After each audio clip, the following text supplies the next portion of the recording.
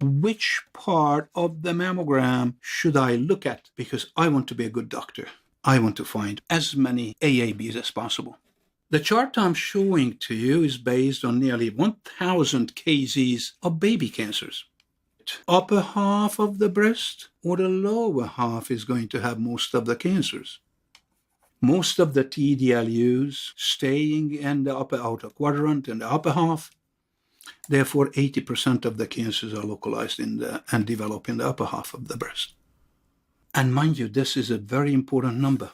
61% of the cancers in the upper outer quadrant.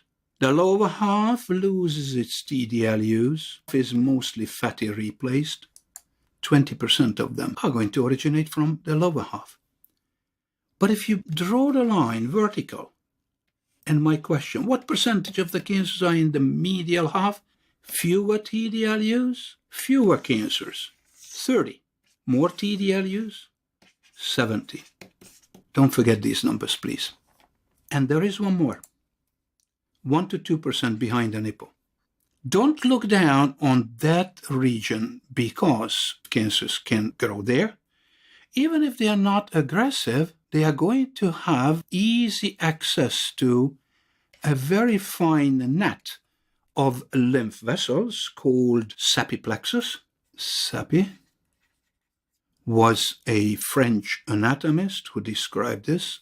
And when breast cancer develops right behind the nipple, they have easy access to these lymph vessels, and the two lymph vessels bring the lymph to the sentinel nodes. That's why male breast cancer at the time of diagnosis very frequently has lymph node metastasis. Or female breast cancers localized, unfortunately, here.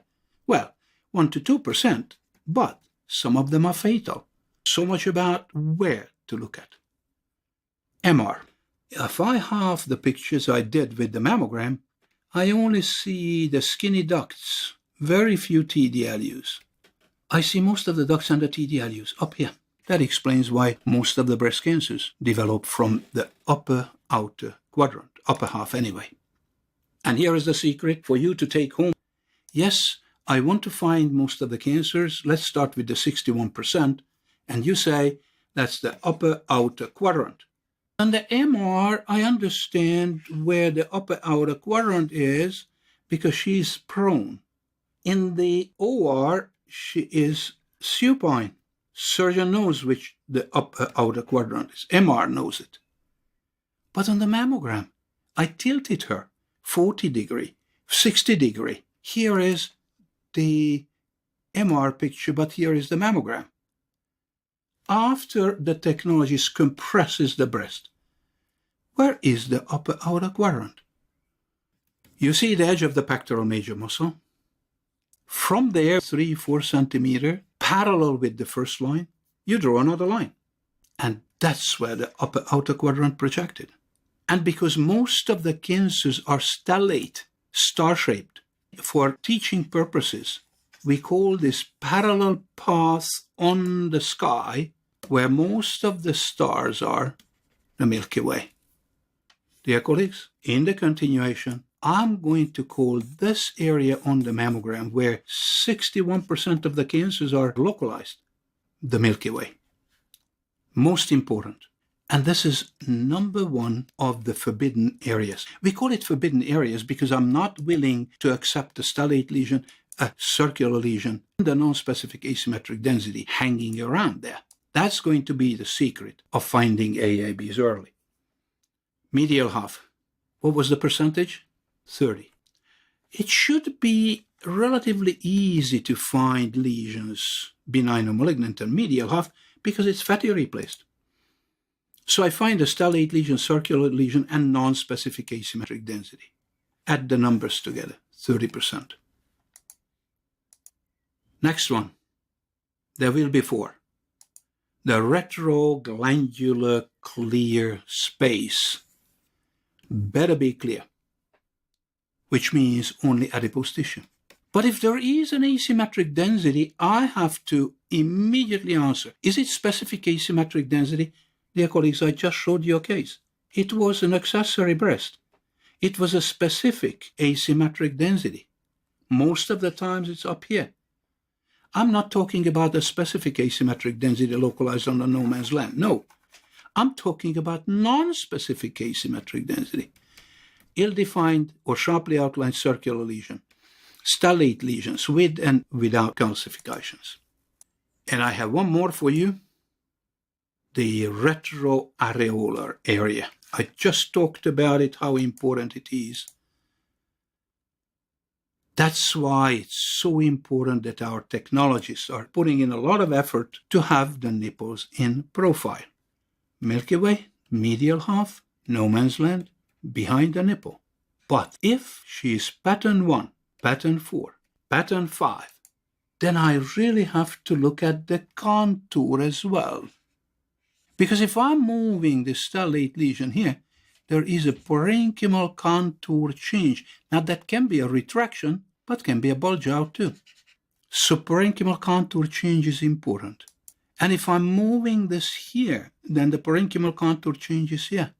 I'm moving very close to the posterior border, then it straightens out. This is arcade. This is straightened out. It's called the 10th sign. And I take the opportunity of telling you, good radiologists don't look at the white on the mammogram. Good radiologists look at the black in order to see the white. You see, this is arcade. This is a 10th. 10th sign. Here's the cancer. Architectural distortion. While most of the AABs are at the periphery, because the central portion doesn't have that many TDLUs. Therefore, the parenchymal contour retraction, skin retraction. But the duct and its branches are in the middle. Therefore, the architectural distortion is usually in the middle of the mammogram, like this. Cancers on the Milky Way. In order to be able to find most of the cancers localized on the Milky Way, your technology should learn how to position the patient, because if this is the edge of the film, the cancer may be here, and you miss it. We should talk about all this. Could anybody tell me whether this technologist who positioned the left and the right breast for MLO projection, was she left-handed or right-handed? But let me tell you one thing. The left breast, the technologist positions with her right hand. And this was okay. I see these parenchymal elements nicely spread out. But she must have had a clumsy left hand, because all these parenchymal elements are projected over each other, which we call the camel's nose. And any radiologist should have the idea, oh, am I looking at an architectural distortion, a huge carcinoma? So you see, due to improper positioning, the patient had to be called back. But positioning is not the topic of today. I just love to show you that the well-positioned case starts with a pectoral major muscle very high up and very broad, and also shows the lymph nodes. And then it comes down, preferably like a sail, convex, to the level of the nipple or so. The nipple is in profile, and we also see a part of the abdomen inframammary fold. Easy to say, very difficult to do. So now I'm inviting you, relax and enjoy this. It's a wonderful person, Beverly Doolittle, this lady, an American artist, who wrote a book. And for some funny reason, the word mammography is in that book. She paints pictures like this. Could you just look at it for a second? Just like your mammogram. Here is a gentleman who seems to be a little scared, and also the horses. Why? Because Beverly Doolittle skillfully hid 13 faces. Find them. Here's one. Here's another ugly face. Here's a third one. Here's a fourth one. Anything more? Sure. Here's the eye and the big nose. Look at this. We are going to do the same thing. And here is one more, and here is one more.